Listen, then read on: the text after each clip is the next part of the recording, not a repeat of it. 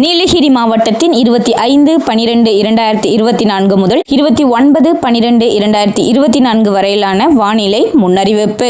வரும் நாட்களில் வானம் மேகமூட்டத்துடன் இருந்து பொதுவாக மேகமூட்டத்துடன் காணப்படும். 5 நாட்களுக்கு மிக லேசானது முதல் லேசான மழை பெய்யும் என எதிர்பார்க்கப்படுகிறது. அதிகபட்ச வெப்பநிலை 21 டிகிரி செல்சியஸாகவும் குறைந்தபட்ச வெப்பநிலை 5 டிகிரி செல்சியஸாகவும் இருக்கக்கூடும். காலை நேர காற்றின் ஈரப்பதம் 70 முதல் 75%ஆகவும் மாலை நேர காற்றின் ஈரப்பதம் 78 முதல் 80%ஆகவும் இருக்கக்கூடும்.